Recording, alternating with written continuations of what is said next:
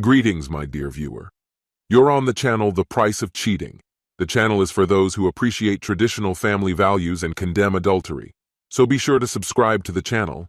Let's get started. The day Amelia first introduced me to her mother was filled with excitement and nervousness.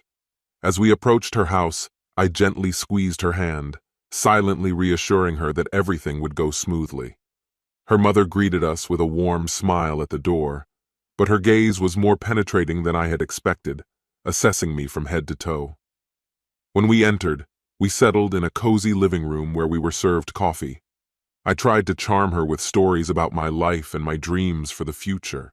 Amelia beamed with pride as her mother laughed at my jokes and nodded approvingly at my plans.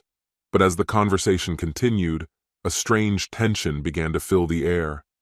I noticed her mother lingering on me with her eyes for too long, and her questions became increasingly personal, crossing boundaries I wasn't prepared for. She started asking probing questions about my past relationships and experience with women, all the while leaning in closer, never breaking eye contact. I tried to steer the conversation towards safer topics, but it seemed that Amelia's mother was intent on keeping me in the spotlight. At one point, she placed her hand on my knee and squeezed it slightly, complimenting my appearance. I looked at Amelia, expecting some sort of intervention, but she seemed blissfully unaware, immersed in the joy of this family moment. When it was time to leave, her mother hugged me too tightly, her hands lingering as they slowly slid down my back. I quickly pulled away, feeling both uneasy and confused. On the way home, a sense of anxiety gnawed at me, though I wanted to believe that she was simply being overly friendly. I wrestled with the thought that perhaps I was overreacting, but her actions told a different story. I knew I would have to discuss this with Amelia, but for the moment, I focused on the fact that I seemed to have earned her mother's approval. I hoped that would be enough to build a solid foundation for our future together. Looking into Amelia's eyes, I felt a deep certainty. She was the one I wanted to spend my life with. Her unwavering love, support, and loyalty had become my anchor. Determined to make our future official, I meticulously planned my proposal. Every detail had to be perfect, so that Amelia would remember this moment forever. One starry night, I took her to a secluded park where we had shared our first kiss. The soft glow of candles surrounded us, creating a romantic atmosphere. My heart raced as I knelt on one knee, took her hand, and looked into her eyes. "Amelia," I began, my voice trembling with emotion, "from the moment I met you, I knew my life would never be the same. You brought joy, laughter, and love into my world, and I can't imagine a single day without you. Will you marry me and make me the happiest man alive?" Tears of happiness streamed down her cheeks as she quietly whispered, "Yes."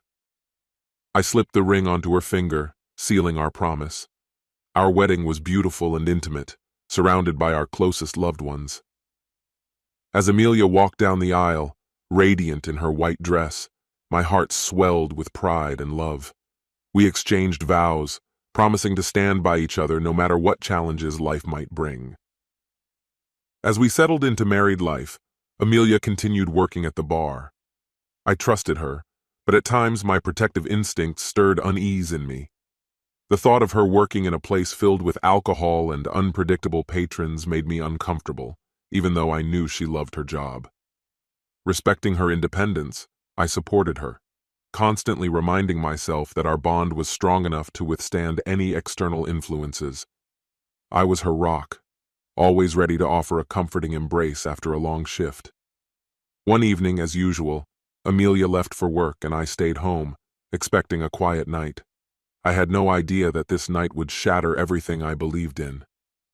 Late into the night, my phone buzzed with a message from an unknown number.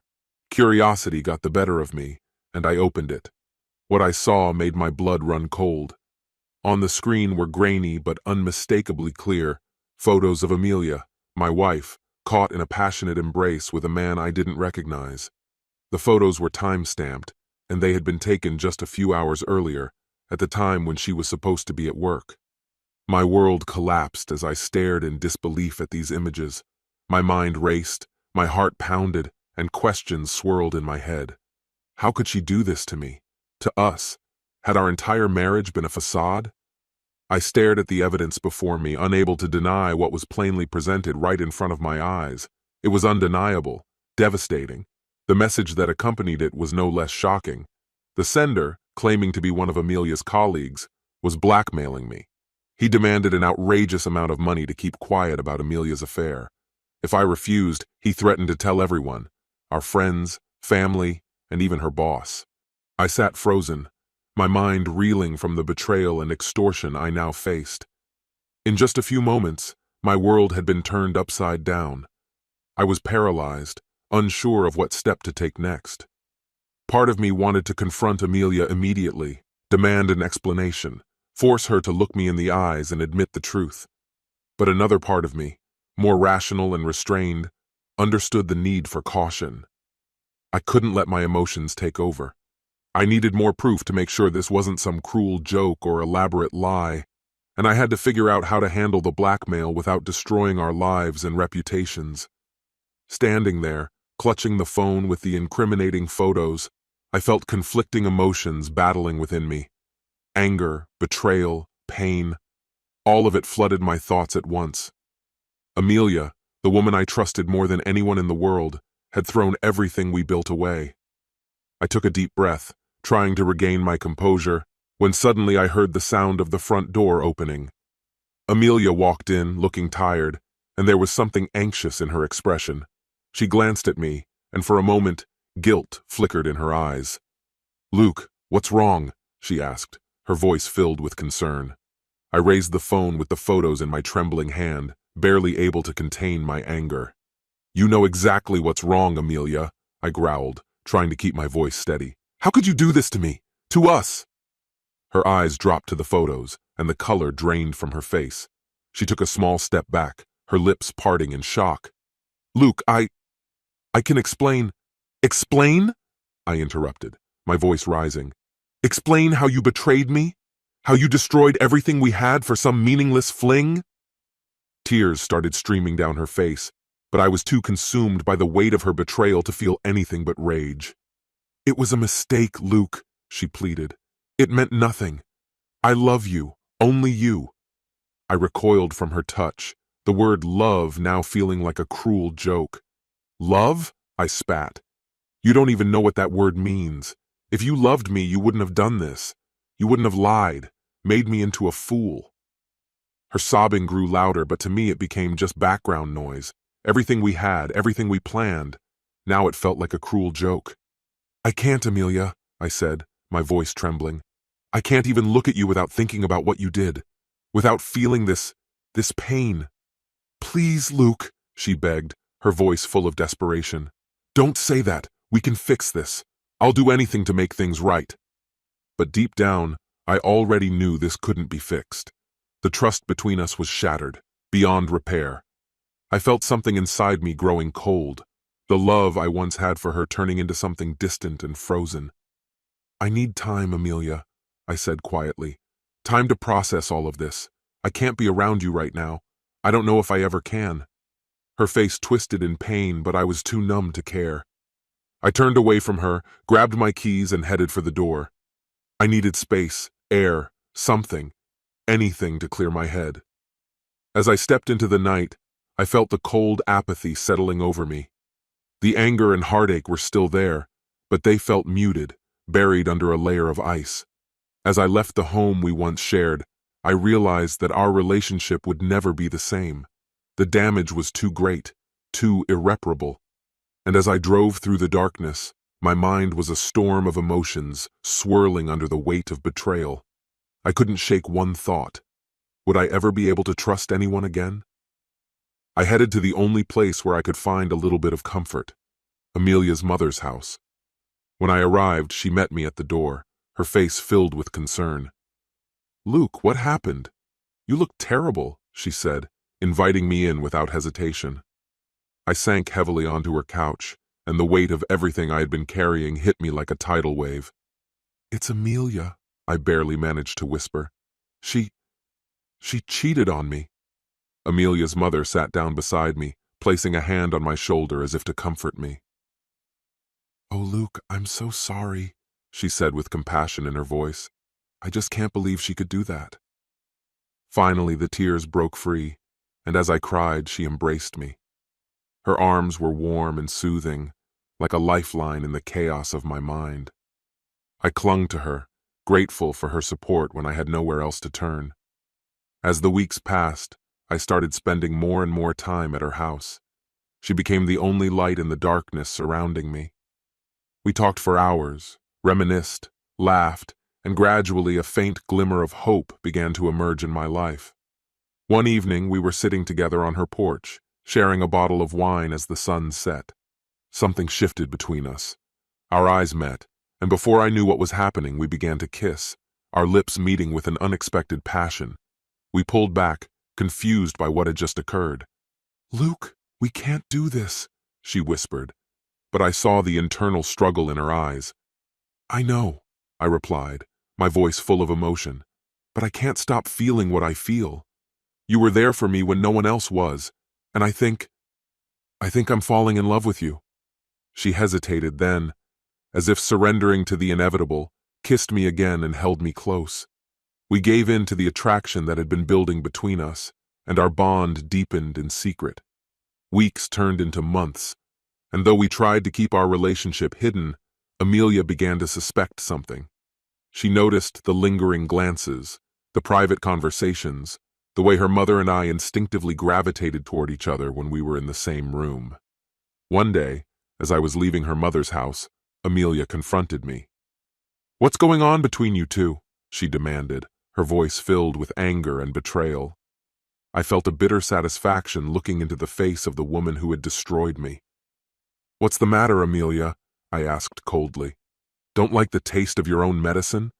She flinched as if I had struck her. "How could you, Luke? With my own mother?"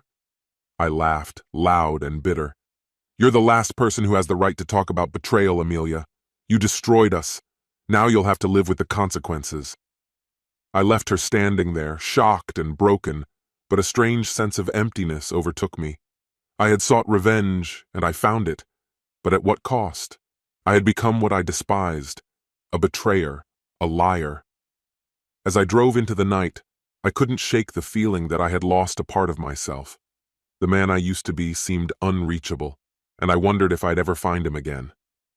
I knew I had to think clearly now. Emotions couldn't cloud my judgment, not when everything was on the line. I had to be strategic, precise, and most importantly, protect myself. I contacted one of the best divorce lawyers in town, and we met in his office to discuss my situation. I told him everything, about Amelia's affair, how I uncovered it, and my relationship with her mother.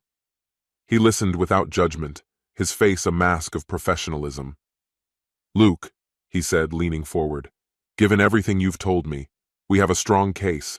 Amelia's infidelity gives us leverage, and if we handle this right, we can ensure a favorable outcome for you." I felt a wave of relief. That's exactly what I want. Amelia deserves nothing from me, not after what she's done. Over the next few weeks, we carefully planned my exit. I gathered all the evidence I could, screenshots of her messages, emails, receipts for gifts she bought for her lover. I opened a separate bank account and slowly transferred funds into it, careful not to raise any suspicion. Finally, the day came. I walked into our house with the divorce papers in hand, my heart calm. Amelia was in the kitchen, and when she saw me, her face turned pale. "Luke, what's going on?" she asked, her voice trembling. I threw the papers onto the kitchen table with a sharp slap. "It's over, Amelia. I want a divorce." Her eyes widened in disbelief. "You can't be serious, Luke. Let's at least talk about this." I let out a cold, harsh laugh. "Talk? You lost that right the moment you betrayed me with another man. I'm not going to beg for scraps of attention from a wife who couldn't stay loyal. I deserve better. I'm worth more." Amelia's eyes began to fill with tears, but I felt nothing. These were the consequences of her own actions, and now she had to face them. "You have until the end of the day to pack your things and leave," I said, my voice calm and unwavering. "If you stay here any longer, I'll call the police to have you removed, and don't think about taking anything that doesn't belong to you." I turned to walk away, leaving my words behind me. "A lawyer will contact you about the division of property." I left her standing there, shattered in the ruins she had created. A strange sense of pride washed over me.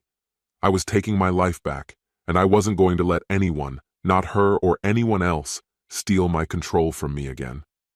I heard the front door quietly open and close, followed by faint footsteps heading toward the bedroom. A smile spread across my face. This was the moment I had been waiting for, the moment of final revenge on the woman who had caused me so much pain. The bedroom door swung open, and she stood there, her eyes filled with shock and hurt. "Luke, what are you doing?" Her voice cracked with emotion, but I didn't stop, didn't even look in her direction. I kept going, completely ignoring her despair, feeding off the desperation that clouded her face. "What do you think I'm doing, Amelia?"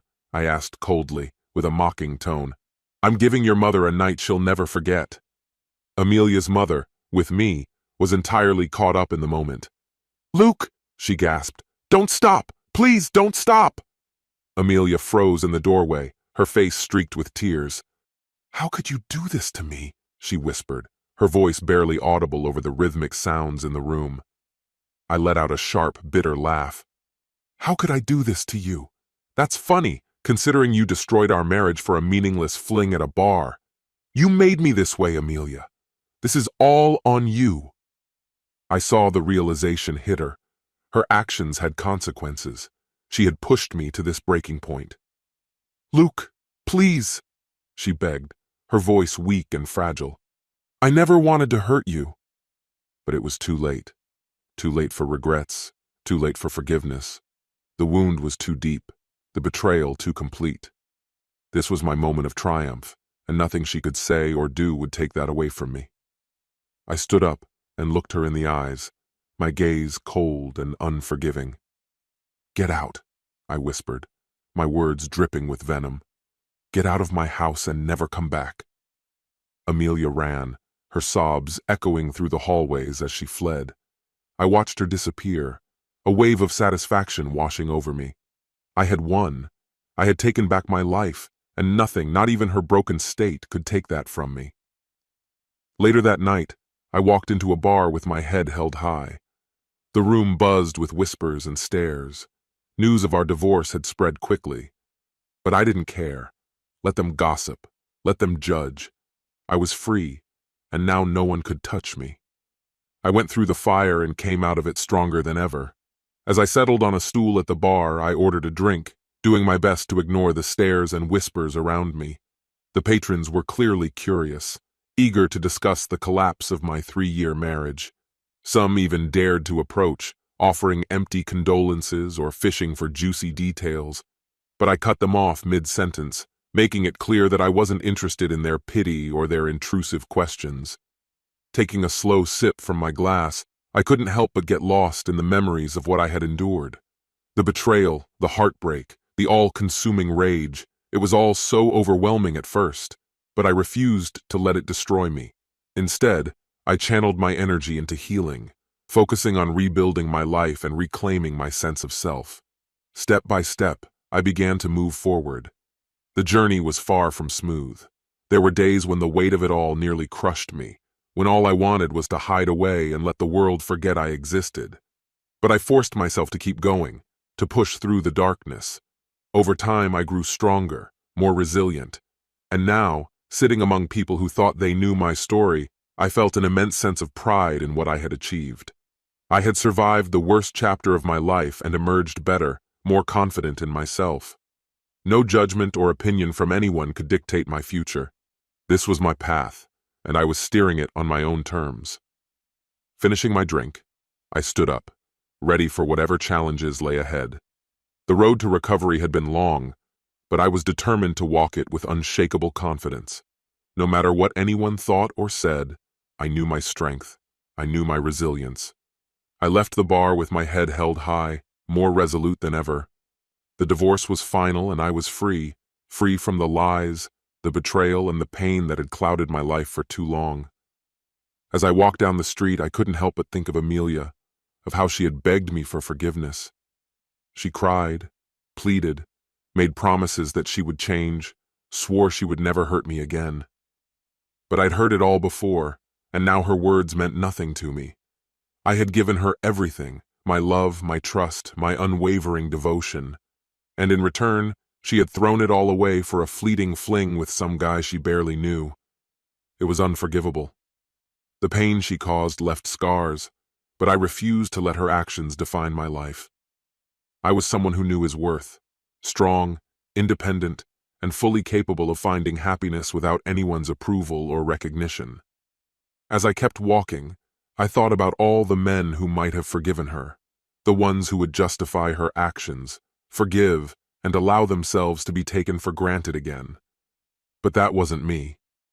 I respected myself too much for that. The road ahead wouldn't be easy. Starting over never is. There would be obstacles and unexpected difficulties, but I was ready for them. I had already faced the worst life had thrown at me and come out the other side stronger than I ever imagined. So, taking a deep breath and stepping forward with confidence, I moved into the unknown. The future was mine, and I was determined to make it bright. No matter what challenges awaited, I knew one thing for certain. I had the inner strength to overcome them all. Because that's who I am, a fighter, a survivor, a man who knows his own worth. As for Amelia, she and her mother had become enemies. Amelia, after cheating on me, blamed her mother for the terrible betrayal, while her mother, who I occasionally enjoy spending time with, considered her daughter weak. But that no longer concerned me. I was moving on. This concludes the story. If you like it, then put your powerful like and subscribe to the channel. Greetings, my dear viewer. You're on the channel The Price of Cheating. The channel is for those who appreciate traditional family values and condemn adultery. So be sure to subscribe to the channel. Let's get started. By then, Cassie and I had shared 10 years of life together. Half of that time as a married couple and the other half as a steady pair, almost inseparable from the start. Our bond felt timeless, as though we'd known each other for much longer than a decade.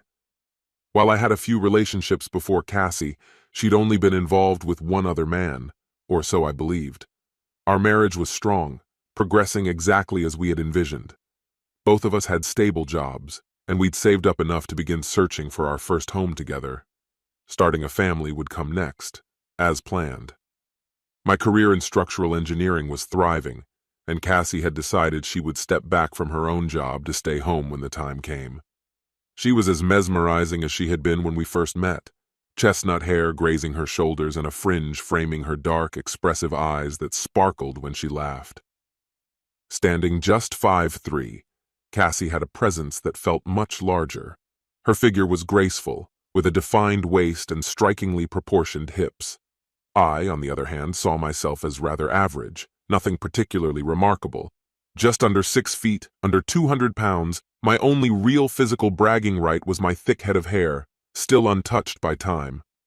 Running a few times a week kept me fit. Our intimacy was deeply fulfilling. We were open about our desires, making sure we both felt comfortable and content. To me, life felt secure and promising. We had settled into a comfortable rhythm, one that even extended to our evenings. At night, we either drifted off to sleep or enjoyed quiet moments together. We rarely stayed up talking in the dark, and that routine seemed to work for us. In hindsight, I see why it felt like a stabilizing habit. But one night, Cassie broke that routine. "John, can we talk?" she asked softly, catching me off guard. "What is it? Can't it wait until morning?" I replied, barely concealing my surprise. After a pause, she went on. "John, Clayton Brenner is in town for a few days. Would you mind if I met him while he's here?" The name jolted me. Clayton Brenner, her only other boyfriend. Back in school, he was the stereotypical heartthrob. He came from a wealthy family, always dressed to impress, and drove a sleek car that turned heads, while the rest of us were scraping by with our old, battered vehicles. Girls were drawn to him, and he went through relationships like clockwork, each girl lasting only a few weeks. They all knew his reputation, but convinced themselves they'd be the exception. Cassie had once been one of those girls, caught up in his charm until he eventually moved on. He bragged openly about his conquests, and while some of us were unimpressed, others admired him. Rumor had it he was exceptionally skilled in bed, and none of his exes, including Cassie, seemed to hold anything against him. "Why are you asking me now?" I said, irritation clear in my voice. I don't want to do anything that would make you uncomfortable, she answered cautiously. Where would you be meeting him? At the restaurant in Desca, she replied quietly. Cassie, I really don't like him, I told her, my tone firm. I know, but we were friends back in school, she said defensively. I took a long breath. Cassie, he wasn't your friend. He treated you like a mark on a checklist. She didn't reply, and a heavy silence filled the room. When did he reach out to you? I finally asked. Yesterday. Then why wait until now to tell me? I could sense her hesitation as she stayed quiet for several seconds. Finally, I sighed, choosing not to press further.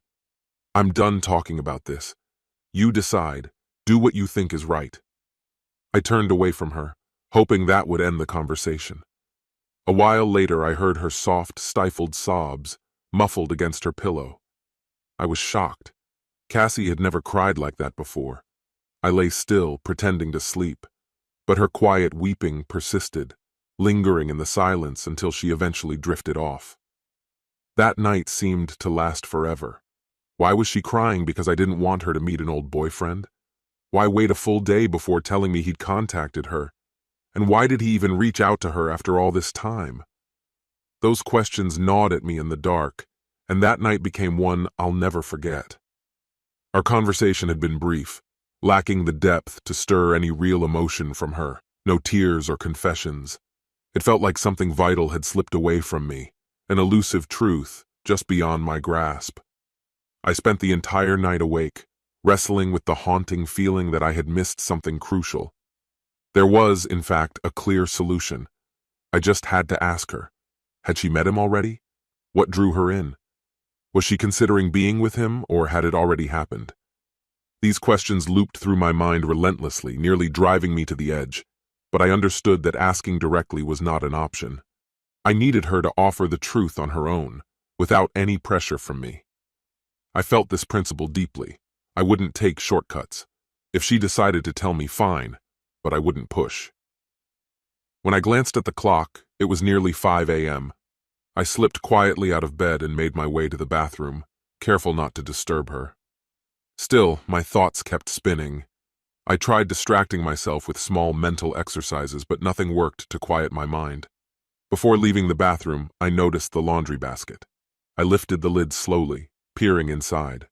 Shifting a few items on top, I uncovered a pair of black silk panties and a matching black push-up bra. This was her special lingerie, reserved for occasions worth celebrating, birthdays, anniversaries, memorable nights. This type of lingerie usually hinted at a special evening. Yesterday hadn't been a special day for us. There hadn't been any shared moment worth celebrating. I hadn't even seen her in this set. That left only one unsettling possibility. Gently, I brought her panties up to my face. There was no scent, no hint of intimacy clinging to them. For a brief moment, I exhaled in relief, but I quickly reminded myself that this didn't necessarily mean nothing had happened. All I knew was that she had worn her black silk lingerie yesterday, perhaps for someone else to appreciate. I carefully set them back on the vanity, moving silently as I dressed, and left the house. The Waffle House was open all night. I sat there staring at my third cup of coffee while my mind raced uncontrollably. I couldn't even finish my half-eaten plate of eggs and oatmeal. After paying, I still felt lost, no clearer about my next step. A storm of emotions whirled within me. Disappointment over her betrayal hit first. But soon, a fierce desire for revenge started to brew. Clayton Brenner had crossed a line when he reached out to my wife. He was a smooth talker, a charming manipulator, and the idea of him inserting himself into my marriage felt like an insult. A woman never forgets her first love, and with Clayton's wealth and good looks, it made the whole thing even harder to swallow. But turning my anger on Cassie felt different. I understood what Clayton wanted, but with Cassie, her intentions were less clear. Her choices mattered to me. If she had done something, I needed to know why, to understand what she had hoped to accomplish. I couldn't judge her without more understanding, and yet, a part of me was terrified to discover the truth. I drove around town aimlessly, waiting for the day to begin. By the time I reached the office, I had half convinced myself that I didn't want to know what Cassie had or hadn't done. The truth might be a wrecking ball to our marriage, one that couldn't be avoided. I decided I wouldn't demand an explanation from her, no matter how tempted I might be, if she even wanted to give one. I felt weary, nearly defeated, with no real drive to work or do anything else. By this time, Cassie would be awake, and she would have seen the lingerie on the vanity. I tried to imagine her reaction, but my own mind was too muddled to even speculate on her thoughts. She knew now that I had noticed something was wrong. I couldn't focus on my tasks at the office. Then, at around 10 a.m., my phone rang. It was John. Cassie's voice was faint and tremulous on the other end of the line. "It's me," she murmured, sounding uncertain. There was a pause. "I'll be staying with my mom for a few days. Is everything all right?" I asked, trying to mask my concern. "Yes," she answered, her voice faltering. "Just a few days, maybe a week. Is that okay?" "Of course. Call when you're ready to come home." "Thank you." A silence hung between us. Then, "John, I love you." But I couldn't bring myself to reply. I ended the call, set my phone aside, and sank into my office chair, overcome by a swell of emotion. For the first time in years, I felt tears slipping down my cheeks, silent and weighty. I decided to take the rest of the week off, using some accumulated sick days. Part of me sensed I was about to do something reckless, though I couldn't quite place what that would be. In my mind, an agonizing scene unfolded. Cassie, meeting up with Clayton at a motel, dining together, following him to his room, rekindling the intimacy they'd once shared. Guilt-ridden, she had tried to confess one night in bed, choosing a quiet moment she'd hoped might elicit understanding from me. But I hadn't offered her any grace. I'd left her to grapple with her conscience alone, and now she was ensnared in her own deception, unsure how to go forward. Of course, it was possible I was wrong. When I'd come home that evening, I'd found her black lingerie tossed carelessly into the trash in the garage. The following days dragged by, each darker than the one before. I spent my time secluded at home, replaying these agonizing scenes over and over. Once our relationship had felt so strong, so unshakable. I longed to hold on to that bond, but just the thought of confronting her shattered any remaining trust between us. Any admission from her would end us, just as any questioning from me would cast a permanent shadow over us. I felt trapped. I imagined Cassie was on the verge of confessing, ready to deal with whatever fallout would come. But I no longer wanted to hear it. Her admission, I believed, would destroy our marriage. She didn't seem to realize the weight of it all. Did she see herself as a betrayer now? Someone who'd made one disastrous mistake? And then there was Clayton, a man who preyed on married women, feeding off his past triumphs to tempt them back. He had breached my life, calling Cassie to lure her away. I felt my anger harden, directed solely at him. I decided to confront him the next day, no matter what might happen. It wasn't hard to find where Clayton was staying. My plan was simple: knock on his door, wait for him to open it, and settle things then and there. I didn't care about the consequences. I envisioned a quick, quiet confrontation that wouldn't draw attention. For the task, I picked my .22 Ruger. The plan was 3 shots to the chest, 1 to the head. I'd never been much of a gun person. I could barely remember the last time I'd even held or cleaned any of them. My modest collection included a shotgun, a hunting rifle, a .38 revolver, and my Ruger. But the Ruger was nowhere to be found.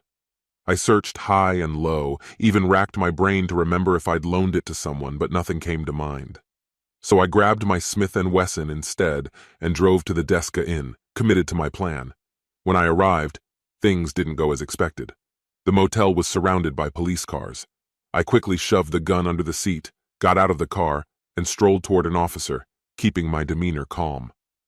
Several officers were escorting a woman from Clayton's room, draping a blanket over her shoulders, while another officer guided her gently. My heart pounded as I anticipated seeing Cassie. But as the woman came closer, I recognized her, Susan Bradford, an old high school acquaintance. She and her husband Barry had moved away a few years ago for his car dealership business. A mix of relief and sadness washed over me. It wasn't Cassie, but Susan's evident distress cut through me just the same. Once, Susan had been one of Clayton's old flames. As the officers led her to the patrol car, I overheard one of them explaining, "She locked herself in the bathroom. It took some effort to get her out." Word was, Clayton had been brought down with a .22 Ruger. Shortly afterward, his body was zipped into a bag and taken away. Honestly, I didn't feel much sorrow. I'd always imagined that I'd be the one to take him down. But life rarely unfolds the way we hope. On my way home, I picked up a pizza and a six-pack, then spent the rest of the week lost in yard work and small house repairs. Work could wait. I wasn't in the mood, and with Clayton's drama now behind me, a dull sense of letdown began to settle over me. I kept a newspaper clipping detailing the circumstances of Clayton's end. The case was stagnant, no leads, no witnesses. When Cassie returned, the house was clean, and a simple dinner was set out. I welcomed her with a small smile and a light kiss. We sat down to eat, catching up on her parents, steering clear of anything even remotely controversial. After we finished, I did the dishes and brought her a cup of Earl Grey. She sat quietly, hands folded in her lap, until she finally lifted her gaze. "John, there's something I need to tell you." "Cassie, not tonight," I replied. "It's been a long week and I'm not up for this." But she persisted gently. "Just listen." "Drink your tea," I said. Silence hung heavily between us. I handed her the article about Clayton and watched as she read it, her expression searching for some hint of my reaction, but I remained quiet. "I think I'll take a shower and get to bed early. I haven't been sleeping well. I'll crash on the couch tonight. Good night." "Good night, John," she said softly. I watched her go upstairs, then took our cups to the sink. It felt like we had a long way to go before things would feel right again. 2 weeks later, I moved back into the bedroom. 6 weeks after that, we were close again. 4 months passed before we felt like ourselves. Though some things had permanently shifted, we found a new rhythm. Late-night talks faded, and we never mentioned Clayton again. Eventually, Cassie found out she was pregnant. We were thrilled. With a baby on the way, a station wagon seemed practical. I went to Barry Bradford, who happened to be going through a divorce with Susan. He shared the details without holding back. I made a casual remark. "Too bad she locked herself in the bathroom and couldn't identify the shooter." "Rugers are quiet," I added, "but she must have heard it." Barry looked at me oddly. I scrambled mentally, wondering what I'd said wrong. Up to this point, our conversation had been easygoing and I couldn't imagine what had set off his reaction. Finally, he said, "John, none of the news reports or articles mentioned she was in the bathroom." I fumbled. "I must have read it somewhere," I replied, hoping to smooth things over. I couldn't admit I'd been there when it happened. Barry's gaze didn't waver. "I've read everything about Clayton's death. Nowhere did they disclose that a .22 Ruger was involved. The police kept that information private for the investigation." I stumbled over my response. "I don't know. Maybe I heard it somewhere," I said, brushing it off. Barry continued to study me, remaining silent. He was aware of Cassie's past with Clayton. Everyone knew. Clayton had made a habit of flaunting his conquests. Then Barry's mouth curled into a knowing grin. "John, I'm about to give you the best deal on the nicest station wagon on the lot." "Let's pick one out," Barry said confidently, as though he'd solved the mystery of how I knew Susan was in the bathroom. He was wrong, but I didn't feel the need to correct him. In time, Barry opened his own Ford dealership, which means I now get a nice discount on a new car every 2 years. A lifetime perk.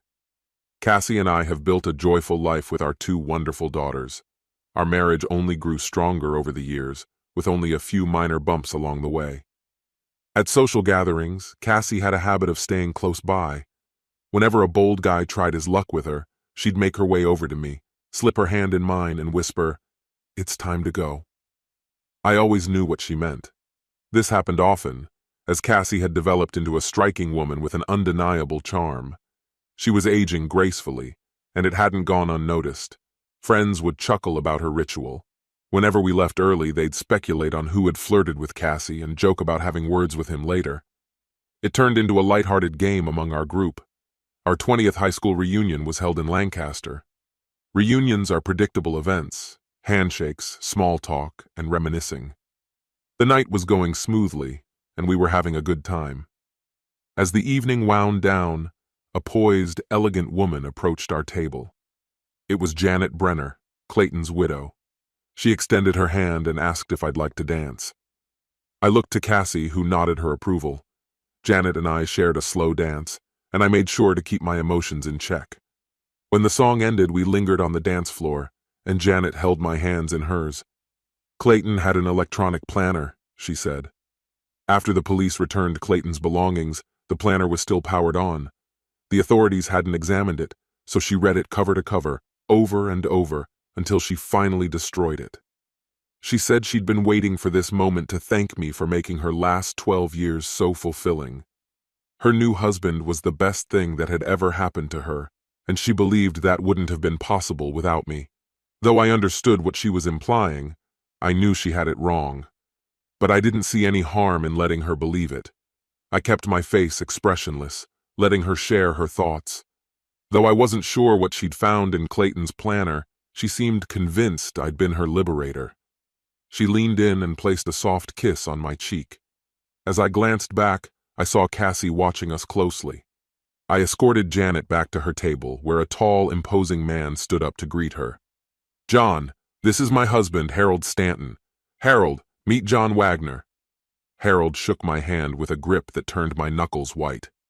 "John, it's a pleasure to finally meet you." "We both appreciate everything you've done," Harold said, his gaze penetrating. I managed a response, hoping my tone sounded genuine. "I'm glad to hear things worked out for you both. Here's to many more happy years together." It sounded a bit hollow, but I was at a loss for words. I gave a polite nod and returned to our table, where I found Cassie sitting quietly, her head bowed, her fingers fidgeting nervously on her lap. It was a familiar gesture of hers whenever she was tense. I took my seat and she started to speak. I brought my hand to my lips, brushing my fingers across them, and she just smiled and fell silent. We were both tired, facing a 2-hour drive back to Reading. We chatted about the reunion on the way home, but didn't bring up Janet. Once we were back, we checked on the kids and headed to bed. I turned off the light and gave Cassie a gentle kiss on her cheek. In the stillness, I sensed she was awake beside me. "John." "Yes?" "What did Janet say to you?" "She mentioned how happy she and her husband are and wanted me to thank you on her behalf." It was a lie. Silence filled the room, and Cassie lay beside me, perfectly still, her breath barely audible. "Cassie?" "Yes?" "Where exactly did you put my Ruger?" "Good night, John." This concludes the story. If you like it, then put your powerful like and subscribe to the channel. Greetings, my dear viewer. You're on the channel The Price of Cheating. The channel is for those who appreciate traditional family values and condemn adultery. So be sure to subscribe to the channel. Let's get started. Aurora, my wife, was once again in London, indulging in her shopping excursions that seemed to stretch longer every year. Our marriage had withered down to an empty formality, lacking any real connection. Divorce wasn't an option I could afford, and she had no inclination to pursue it either. In the past 5 years, however, my software company had finally hit its stride. After more than a decade of just barely scraping by, the hardware industry finally caught up to my software's demands, and the business took off. Now, 3 major corporations were eyeing a potential acquisition, and I was holding out for the right offer. My company had a valuation exceeding $10 million, with the majority of that value vested in stock that I personally owned. About 8 years ago, Aurora had been employed as a paralegal at a law firm in Reading, a position that, at the time, provided much-needed financial relief. Despite her junior role, she put in long hours and frequently traveled for work, sometimes staying overnight. Back then, I was engrossed in developing new software, so I didn't question her absences too much. Our relationship had been fulfilling up to that point. Even with my work demands, we made time for each other and our connection felt strong. But after a year at the firm, something changed. Aurora grew distant and detached, her warmth fading. I convinced myself it was just a phase, hoping she would come around. By then, our two sons were teenagers and mostly independent. Bradley was gearing up to attend Penn State, and Scott had set his sights on joining the Marines. Aurora's boss at the firm was Lincoln Robinson, a man I'd met a few times at work events, along with his wife. He seemed respectable enough. One evening, however, Aurora came home visibly distressed and informed me that Lincoln had been shot by his own wife. She offered no further details, and soon afterward she left her job and never returned to work. Her demeanor only grew darker. She became irritable and withdrawn. It would have been a comfort if there were some redeeming qualities left in her, but they were few and far between. I distanced myself from her as much as I could, though it wasn't easy. Things took a turn for the worse when she became pregnant. I thought a new child might rekindle something between us, but it didn't. Aurora named our daughter Glenda and lavished attention on her, but she continued to keep me at arm's length. As Glenda grew older, Aurora became even more elusive. My business was thriving, and we moved into a larger home with a full staff, including a nanny that Aurora relied on constantly for Glenda's care. I didn't question her lengthy absences or the ever-increasing expenses. Financially, I was earning money faster than she could spend it, but the dynamic left me frustrated. I made attempts to reach her, to understand how we had drifted so far apart, but she remained closed off. Separate bedrooms had become our norm, and in time, I gave up trying. Divorcing her would likely cost millions and put my business at risk. I regretted that things had come to this. Despite having legal advisors on standby, I couldn't see an easy solution. Glenda was growing into a delightful young girl, and I treasured the time we spent together whenever I could. Aurora often limited our interactions, but in her frequent absences, Glenda and I formed a quiet bond, something she valued deeply. Now, in third grade, Glenda was blossoming, and I took pride in attending her PTA meetings and school events. Aurora was usually occupied elsewhere. Meanwhile, Bradley and Scott had moved on and were thriving in their own lives. My marriage was an undeniable disappointment, but the joy my children brought made up for much of it. Then, one day, an unexpected figure appeared in my office, Janet Robinson, Lincoln's widow. I was taken aback. I had assumed she was serving time for her husband's murder. She looked remarkable for her age, with silver and black-streaked hair that fell gracefully to her shoulders. Her makeup was understated, allowing a natural glow to show through her skin. Her well-defined eyebrows framed her face with a blend of strength and elegance, giving her a look that was both dignified and striking. "Janet, this is a surprise," I said, taken aback by her sudden appearance. "You're looking well." "Thanks, Anthony. Honestly, I wasn't sure you'd even recognize me after all this time," she replied, her gaze steady. 8 years is a long time. I thought I'd be nothing but a distant memory to you by now. Can I get you anything? Maybe a coffee?" "Black would be great," she answered, then paused before adding, "Look, Anthony, I realize this might be a bit uncomfortable. I know about your situation, and the last thing I want is to make things harder for you. If I say something that oversteps, please let me know." "Don't worry about it, Janet," I replied calmly. "After 8 years in prison, I've learned not to be so easily affected. There's no need to tiptoe around my feelings. But tell me, how has Mrs. Torres been?" I hesitated, her question hitting close to home. "It's complicated," I said carefully. "Actually, that's partly why I wanted to speak with you. This is about Aurora.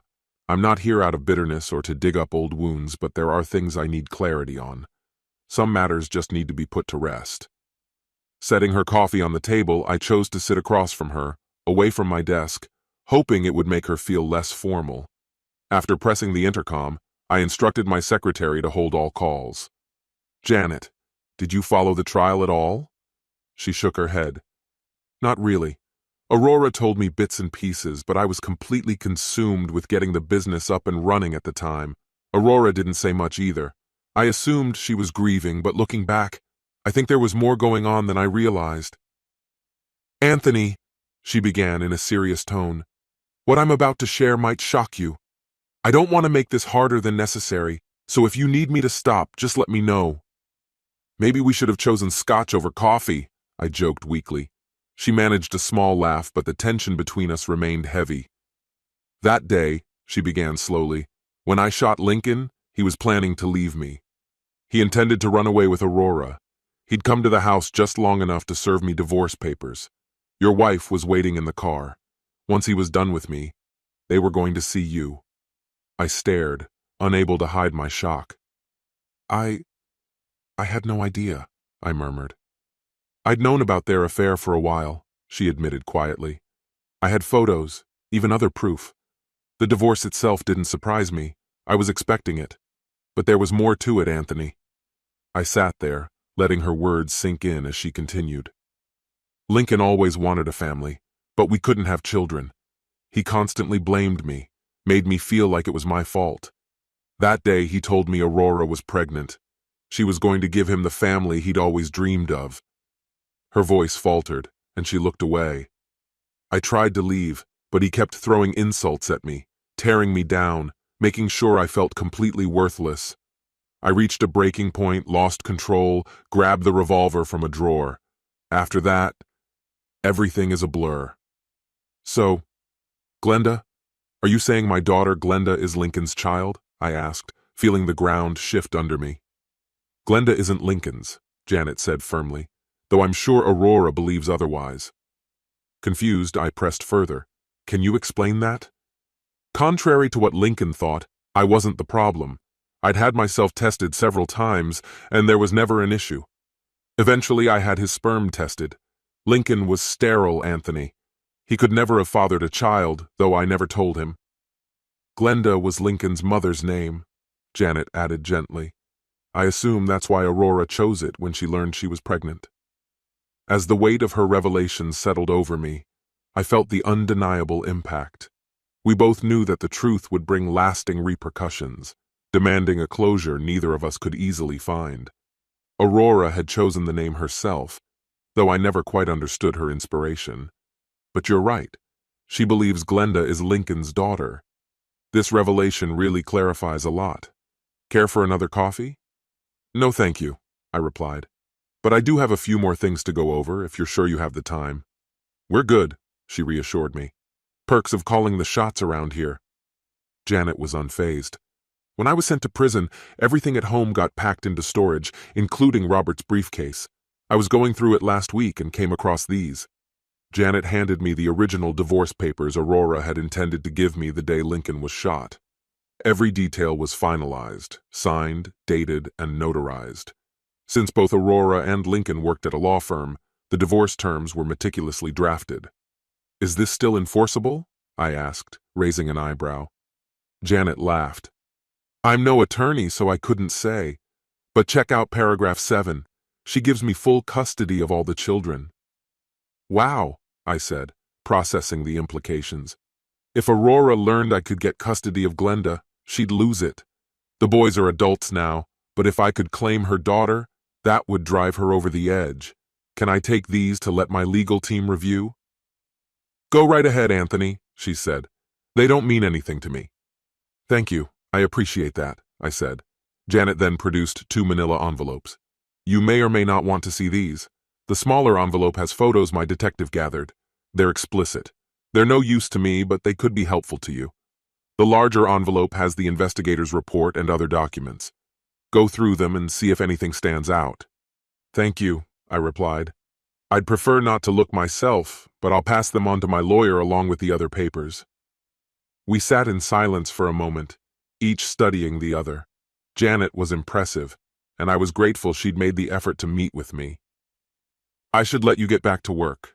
Thank you for taking the time. It's nice to start closing some of these chapters. Oh, and by the way, any chance you're hiring an ex-con? She asked, with a slight smile. Seymour Torres, my lawyer and trusted advisor, was thrilled with the old divorce papers. Although they were 8 years old, they didn't have an expiration date, and he was eager to dive in. Aurora had been specific about the details, listing fixed amounts instead of percentages. She wanted $14,000 from our accounts, half of our assets back then, though now it was a relatively small amount. Everything else in the agreement followed similar, outdated values. The only challenge was that she'd requested her old Ford station wagon, which I'd sold about 5 years prior. Determined to meet every term, I started tracking down the car. Meanwhile, Janet Robinson joined the company in an entry-level role in the software testing department. It suited her well and gave us the chance to interact regularly. I enjoyed her company and was curious to know her better. Glenda and I kept our DNA test results confidential from Aurora. Since the tests would take a few weeks, Seymour had time to make sure the divorce papers were watertight. I felt certain the results would confirm Glenda was indeed my daughter. With a little help from friends at the DMV, I located the Ford at a college campus where the student owner agreed to sell it for twice what he'd paid. A week later, I had a new title for the car with Aurora's name on it. Seymour explained that as long as the original divorce agreement remained unaltered, we could move forward. No grounds were found to amend anything, and Aurora's notarized signature was still legally binding, even after all this time. I signed in the necessary spots, and Seymour's notary stamped the seal, finalizing the agreement. The waiting stretched endlessly, each moment slower than the last. My marriage had grown cold and disconnected, showing no signs of repair, yet my relationship with my daughter grew stronger day by day. Meanwhile, my bond with Janet Robinson quietly deepened, developing naturally over time. After a month, I finally convinced Janet to join me for a casual lunch one weekend. Our conversation flowed easily, and I assured her I'd keep things strictly professional at work, avoiding any reason for office gossip. Her reply took me by surprise. She admitted that our connection mattered more to her than the job. I sensed the possibility of something more between us, but knew to tread carefully. Over the next few weeks, I tried repeatedly to speak with my wife, Aurora, about our marriage. Aurora, however, deflected every attempt I made. She dismissed my questions and closed off each conversation, still unaware that the divorce she had long filed for was now moving forward. She'd soon receive formal notice. Then, one weekday, Aurora stormed into my office, seething with anger. She threw a pile of documents onto my desk, demanding, "What is this supposed to be?" Remaining composed, I replied, "It appears to be the finalization of the divorce you requested 8 years ago." Her face flushed with fury. "You can't be serious. So much has changed since then. If you think I'll let this happen, you're out of your mind." I looked at her calmly. "What's changed, Aurora? Your lover's passing doesn't erase the divorce request. I've fulfilled all your conditions, and there's no valid reason for you to contest it. If you want to fight, I suggest you get a lawyer. Also, please arrange to collect your belongings from my home." "Fine," she snapped.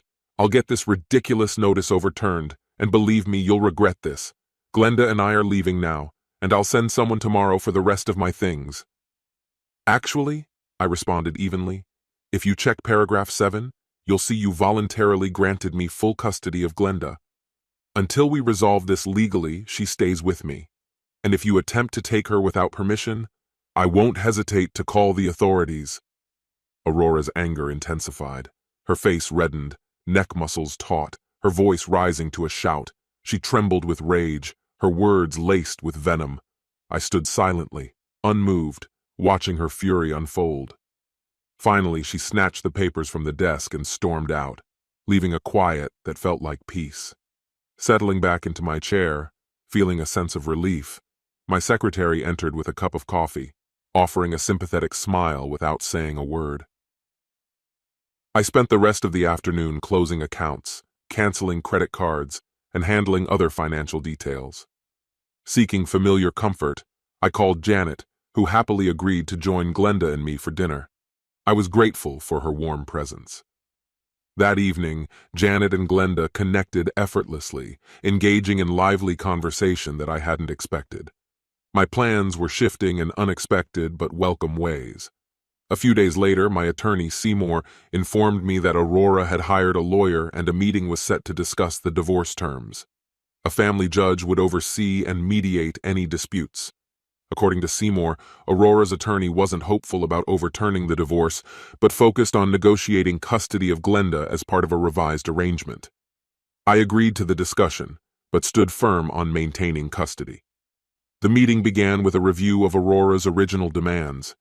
Seymour provided the agreed-upon checks, and we endured the predictable objections from her attorney about the unfair terms without responding. Aurora seemed taken aback when I slid the keys and title for the Ford across the table. When we reached the topic of custody, Aurora asked the judge if she could speak. With permission, her voice wavered as she addressed the court, stating, "I spent the last 8 years in an unloving marriage solely for my daughter's well-being. I loved Lincoln Robinson deeply and was proud to carry the child he could never have with his own wife. Lincoln Robinson, not Anthony Torres, is my daughter Glenda's biological father.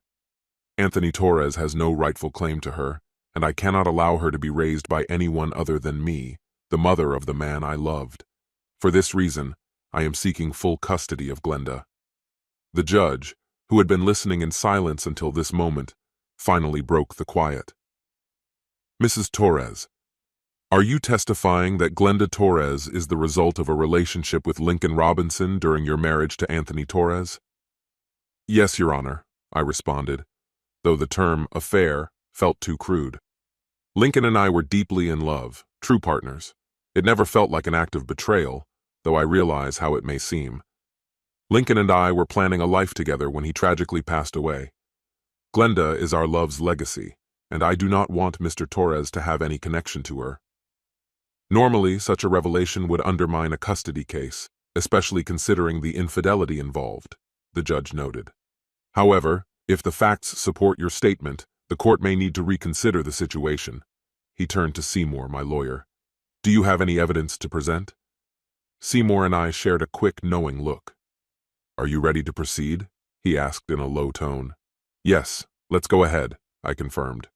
Seymour then handed a document across the table to the attorney representing Aurora. "This medical report dates to approximately 6 weeks before Glenda's conception," he explained. "The report showed that Lincoln Robinson was medically infertile, with a sperm count of 0, making him biologically incapable of fathering any children. This infertility had been the reason why Janet Robinson, his wife, had been unable to conceive despite being capable." Aurora's face drained of color as she absorbed this information, her shock evident. "That's a lie! This report is forged! You're just trying to take Lincoln's daughter from me!" she shouted, while her lawyer whispered urgently, trying to soothe her. Eventually, she composed herself, her face a mask of disbelief. Seymour continued unfazed, distributing 3 additional documents. "Here, we have a DNA test for Glenda Torres, another for Anthony Torres, and a comparative analysis of both. The results definitively confirm Anthony Torres as Glenda's biological father. Are there any questions?" Aurora began to weep, her anger dissolving into utter heartbreak. As her lawyer requested a short recess, she struggled to regain her composure. When we resumed, her attorney, now visibly subdued, relinquished custody to me but asked for a visitation schedule for Aurora. I agreed to allow her visitation with Glenda every other weekend, along with 2 holidays of her choice. She selected Christmas and Glenda's birthday. For the remainder of the proceedings, Aurora sat quietly. I returned to my work, leaving Seymour to finalize the paperwork, thankful for how smoothly the terms had worked out. Had our relationship been different over the past few years, I might have considered sharing more with her. I had always been there for her, offering emotional and financial support without reservation. Yet no matter what I did, it seemed I never measured up to her ideals. I never truly understood her attraction to Lincoln Robinson or what he provided that I could not. In the photographs his wife, Janet, had shown me, Lincoln appeared unremarkable. Eventually, I handed Aurora copies of those photographs and the full report. The report included details of Lincoln's numerous romantic entanglements with other women, even while he was supposedly devoted to her. I hoped she might find some closure from reading it. Every time I sought an explanation for her actions, she refused to discuss it. Our divorce left me feeling drained and defeated. In the end, I found peace with my daughter Glenda and a deepening friendship with Janet. Aurora, however, moved in with Lincoln's mother, Glenda, a woman she had grown close to over the years. Unfortunately, this arrangement couldn't last. To make ends meet, she eventually began selling the jewelry and designer clothes she had accumulated throughout our marriage. Aurora gradually came to realize that her lover's mother exhibited the same kind of behavior she was now facing. After 6 months of this dynamic, she decided to leave, moving in with her sister in Norristown. Initially, she made a point to pick up Glenda every weekend, staying connected. But soon enough, she started calling with various explanations, each week offering a new reason she couldn't make it. The calls grew more frequent, and the justifications increasingly flimsy. Before long, Aurora stopped visiting altogether. Glenda didn't seem too affected when her mother would cancel. Janet and I went out of our way to fill in the gaps. We dedicated more time to Glenda, and a genuine family bond started to form among us. Janet moved in, and we got married shortly before Christmas. Aurora, meanwhile, was on a singles cruise in the Caribbean over the holidays, unable to pick up Glenda as she'd initially promised. This arrangement turned out to be beneficial for everyone. Just a couple of weeks later, I filed a motion to overturn the custody amendment, which the court granted. Around the same time, my company was finally sold, putting us in a much better financial situation. Janet, now overjoyed, is expecting our first child, a dream she's cherished her whole life. While we may be nearing retirement by the time our child graduates high school, it all feels entirely worth it. Life, at last, feels right. This concludes the story. If you like it, then put your powerful like and subscribe to the channel.